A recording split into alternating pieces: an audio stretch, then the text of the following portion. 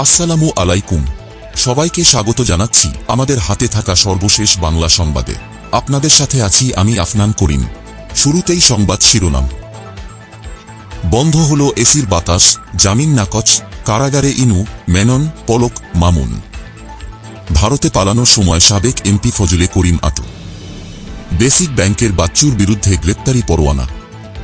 তাপস আজিজের সঙ্গে ফেঁসে যাচ্ছেন আরও 4 প্রভাবশালী। সড়ক উন্নয়নের নামে হরিলুট, প্রকল্পের মেয়াদ বাড়িয়ে দ্বিগুণ ব্যয়, লাখো কোটি টাকা লোপাট। ঠেকানো যাচ্ছে না সরকারি গাড়ির অপব্যবহার, প্রধান উপদেষ্টার কার্যালয় থেকে অনমনীয় নীতির হুঁশিয়ারি। এবং সর্বশেষে গৌতম আদানির চিঠি দিয়ে টাকা চাওয়ার পর এবার সরকারের কাছে $63 কোটি সুদ চাইল রাশিয়া। রিমান্ড শেষে জাতীয় সমাজতান্ত্রিক দলের সভাপতি ও সাবেক মন্ত্রী হাসানুল হক ইনু, বাংলাদেশের ওয়ার্কার্স পার্টির সভাপতি ও সাবেক মন্ত্রী রাশেদ খান মেনন, সাবেক টেলিযোগাযোগ ও তথ্য প্রযুক্তি প্রতিমন্ত্রী জুনায়েদ আহমেদ পলক ও সাবেক পুলিশের ইন্সপেক্টর জেনারেল চৌধুরী আবদুল্লাহ আল মামুনের জামিন নামঞ্জুর করে কারাগারে পাঠানোর নির্দেশ দিয়েছেন আদালত। আজ বৃহস্পতিবার সকালে রিমান্ড শেষে আসামিদের ঢাকার সিএমএম আদালতে আনা হলে জামিনের আবেদন করেন আসামি পক্ষের আইনজীবীরা। পরে জামিন আবেদন নাকচ করে তাদের কারাগারে পাঠানোর নির্দেশ দেয় আদালত। এদিকে আখাউড়া সীমান্ত দিয়ে অবৈধভাবে ভারতে যাওয়ার সময় চট্টগ্রাম রাউজানের সাবেক এমপি ফজলে করিম চৌধুরীসহ 3 জনকে আটক করেছে বিজিবি। বৃহস্পতিবার আখাউড়া সীমান্তের আবদুল্লাহপুর নামক স্থান থেকে অবৈধভাবে সীমান্ত অতিক্রম করে ভারতে যাওয়ার সময় তাদেরকে আটক করে বিজিবির সরাইল ব্যাটালিয়নের ফকিরমোড়া বিওপির টহল দল।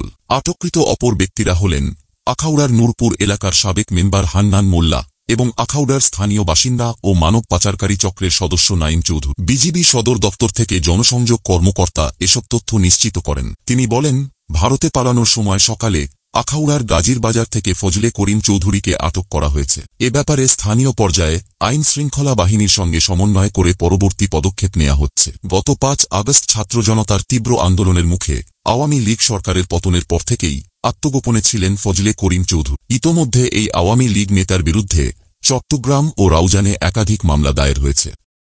অন্যদিকে দুদকের করা মামলায় বেসিক ব্যাংকের সাবেক চেয়ারম্যান শেখ আব্দুল হাই বাচ্চু ও তার পরিবারের 4 সদস্যের বিরুদ্ধে গ্রেপ্তারি পরোয়ানা জারি করেছেন আদালত। গ্রেপ্তারি পরোয়ানা দেওয়া অন্য আসামিরা হলেন বাচ্চুর স্ত্রী শিরিন আক্তার, তার ভাই শেখ শাহরিয়ার পান্না, বাচ্চুর ছেলে শেখ রাফা হাই ও শেখ ছাবিদ হাই অনি। এ মামলায় আমিন আহমেদ জামিনে রয়েছেন। প্রসঙ্গত, ঢাকা দক্ষিণ সিটি কর্পোরেশনের সাবেক মেয়র শেখ ফজলে নূর তাপস ও সাবেক সেনাপ্রধান জেনারেল আজিজ আহমেদ সহ 6 প্রভাবশালীর কর ফাঁকি অনুসন্ধান শুরু করেছে জাতীয় রাজস্ব বোর্ড। এজন্য কেন্দ্রীয় গোয়েন্দা সেলের চৌকস কর্মকর্তাদের দায়িত্ব দেওয়া হয়েছে। সূত্র জানায়, প্রভাবশালী 5 ব্যবসায়ীর সঙ্গে আরও 6 প্রভাবশালী কর ফাঁকির অনুসন্ধান শুরু হয়েছে। এরা হলেন ঢাকা দক্ষিণ সিটি কর্পোরেশনের সাবেক মেয়র ব্যারিস্টার শেখ ফজলে নূর তাপস, সাবেক সেনাপ্রধান জেনারেল আজিজ আহমেদ, সাবেক নির্বাচন কমিশন সচিব হেলাল উদ্দিন আহমেদ, বাংলাদেশ ব্যাংকের সাবেক ডেপুটি গভর্নর শীতাংশু কুমার ও সাংবাদিক দম্পতি শাকিল আহমেদ ও ফারজানা রূপা। ইতোমধ্যে তাদের লেনদেনের তথ্য চেয়ে দেশের সব ব্যাংক ও আর্থিক প্রতিষ্ঠানে চিঠি পাঠানো হয়েছে। অনুসন্ধানের আওতায় আসা ব্যক্তিদের জমি, বাড়ি, গাড়ি, ফ্ল্যাটসহ স্থাবর সব সম্পত্তির আয়কর নথি ও তাদের বাস্তব সম্পত্তির সরেজমিন তদন্ত করা হবে। সূত্র জানায়, প্রাথমিকভাবে অর্ধশতাধিক ব্যক্তির তালিকা করা হয়েছে। এ তালিকায় বিভিন্ন শ্রেণী পেশার মানুষ আছে, যাদের বিরুদ্ধে বিভিন্ন সময় ক্ষমতার অপব্যবহার, ব্যাংক লুট, অর্থ পাচার ও কর ফাঁকির অভিযোগ রয়েছে। এ তালিকা অনুমোদনের জন্য অর্থ ও বাণিজ্য উপদেষ্টা ড সালেহ উদ্দিন আহমেদ ও এনবিআর চেয়ারম্যান আব্দুর রহমান খানের কাছে পাঠানো হয়েছে। সবুজ সংকেত পেলেই ধাপে ধাপে ওই ব্যক্তিদের কর ফাঁকির অনুসন্ধান করা হবে। প্রসঙ্গত, এর আগেও সাবেক ডেপুটি গভর্নর এসকে সুর চৌধুরীর কর ফাঁকির অনুসন্ধান করে সিআইসি। অনুসন্ধানে বেরিয়ে আসে, বাংলাদেশ ব্যাংকের সাবেক ডেপুটি গভর্নর ও তার স্ত্রী বিনিয়োগের তথ্য গোপন করে $2.25 কোটি আয়কর ফাঁকি দিয়েছেন। কর ফাঁকি দিতে তারা মেয়েকে ঢাল হিসাবে ব্যবহার করেন। মেয়ের অ্যাকাউন্টে তারা বিশাল অঙ্কের লেনদেন করেছেন। এছাড়া সুপর্ণার রয়েছে 3.5 কেজির বেশি স্বর্ণ। বিভিন্ন ব্যাংকে তার অ্যাকাউন্টে নগদ অর্থ ও অর্ধকোটি টাকার সঞ্চয়পত্র রয়েছে। এত বিপুল অঙ্কের সঞ্চয়পত্র কিনলেও তার পুরোটা তিনি আয়কর রিটার্নে না দেখিয়ে কর ফাঁকি দিয়েছেন। সদ্য ক্ষমতাচ্যুত আওয়ামী লীগ সরকার সারা দেশে সড়ক ও যোগাযোগ খাতের বিভিন্ন উন্নয়ন প্রকল্পের মেয়াদ ও ব্যয় বাড়িয়ে লাখো কোটি টাকা লোপাট করেছে। তবু অনেক প্রকল্পের কাজ মেয়াদ শেষেও অসমাপ্ত রয়ে গেছে। উপরন্তু প্রকল্প বাস্তবায়নের নামে সাধারণ মানুষকে দীর্ঘ দুর্ভোগ পোহাতে হচ্ছে।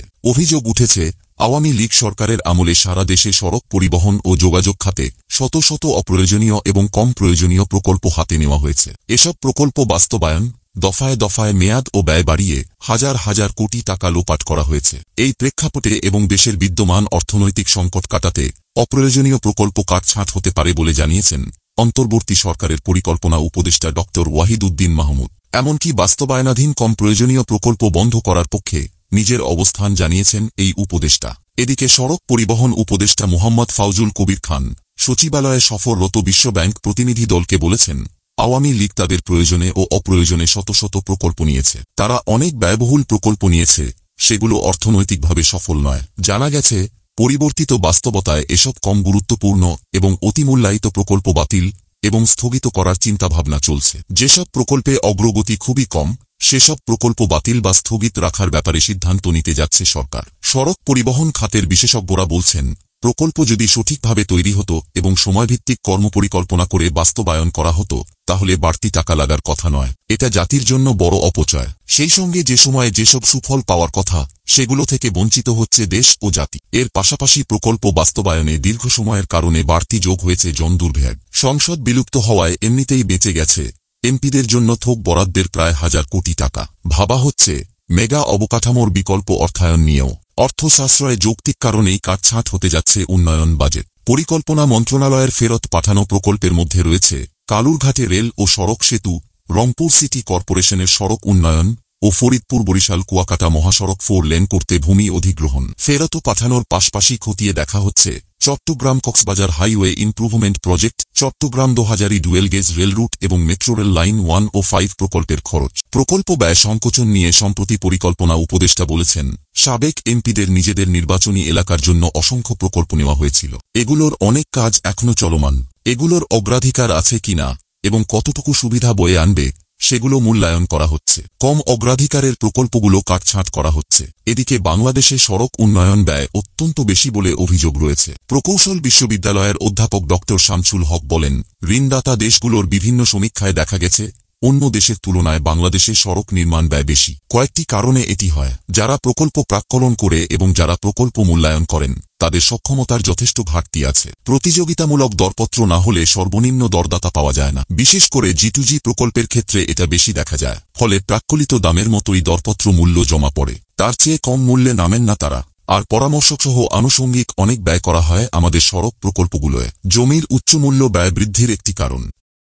এছাড়াও সরকারি গাড়ির অপব্যবহার ঠেকানো যাচ্ছে না। এক শ্রেণীর সরকারি কর্মকর্তা কর্মচারী প্রাধিকার না হয়েও যথেচ্ছভাবে সরকারি গাড়ি নিজে ও পরিবারের সদস্যদের জন্য ব্যবহার করছেন। শুধু তাই নয়, কোনো কর্মকর্তা সরকারি ঋণে গাড়ি কিনেছেন, সেই গাড়ি রক্ষণাবেক্ষণের জন্য প্রতি মাসে 50,000 টাকা সরকারের কাছ থেকে নিচ্ছেন। কিন্তু সেই গাড়ি নিজে ব্যবহার না করে সম্পূর্ণ অনৈতিকভাবে বিভিন্ন সরকারি প্রতিষ্ঠানের গাড়ি ব্যবহার করছেন। বিনা সুদে সরকারি ঋণের টাকা কেনা গাড়ি তারা ভাড়ায় দিয়েছেন বলে অভিযোগ রয়েছে। এই পরিস্থিতিতে বর্তমান অন্তর্বর্তীকালীন সরকারের পক্ষ থেকে এসব সরকারি চাকুরেদের বিরুদ্ধে কঠোর ব্যবস্থা নেওয়া হচ্ছে। প্রধান উপদেষ্টার কার্যালয় থেকে সম্প্রতি এ বিষয়ে একটি নির্দেশনা জারি করে সংশ্লিষ্টদের জন্য অনমনীয় নীতি গ্রহণ করা হবে বলে সব মন্ত্রণালয় ও বিভাগকে জানিয়ে দেয়া হয়েছে। সংশ্লিষ্ট সূত্র জানায়, যেসব মন্ত্রণালয়ে প্রকল্পের সংখ্যা বেশি, সেসব মন্ত্রণালয়ের কর্মকর্তা কর্মচারীরা সরকারি গাড়ি অপব্যবহার বেশি করেন। তারা এসব গাড়ি পারিবারিক কাজে ব্যবহার করে থাকেন।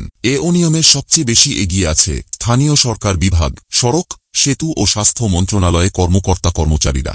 এসব মন্ত্রণালয় ও বিভাগে বিভিন্ন প্রকল্পের গাড়ি তারা পারিবারিক কাজে ব্যবহার করছেন। এসব গাড়ি নিয়ে সংশ্লিষ্ট কর্মকর্তা স্ত্রীরা বাজার করতে যাচ্ছেন। ছেলেমেয়েদের স্কুল কলেজে নিয়ে আনার কাজেও সরকারি গাড়ি ব্যবহার করা হচ্ছে। এদিকে বিদ্যুৎ বিক্রির পাওনা $80 কোটি বকেয়া পরিশোধে আদানির চিঠির পর এবার বাংলাদেশে প্রকল্প ঋণের $63 কোটি সুদ চেয়েছে রাশিয়া। আর এই সুদের টাকা পরিশোধে রাশিয়া বাংলাদেশকে সময়ও বেঁধে দিয়েছে। আগামী 15 সেপ্টেম্বরের মধ্যে পরিশোধ করার জন্য বাংলাদেশ সরকারকে চিঠি দিয়েছে রাশিয়া। অর্থ মন্ত্রণালয় সূত্রে TBS জানিয়েছে, এই তারিখে সুদ পরিশোধ না করা হলে জরিমানা ও মেয়াদ বৃদ্ধির যে প্রস্তাব, তা নিয়েও জটিলতা বাড়বে। কারণ চলতি অর্থবছরের ডিসেম্বরের মধ্যে এই প্রকল্পের ঋণ চুক্তির মেয়াদ শেষ হচ্ছে। সুদ পরিশোধ না করলে নতুন মেয়াদ বৃদ্ধির প্রস্তাবও বিলম্বিত হওয়ার আশঙ্কা রয়েছে।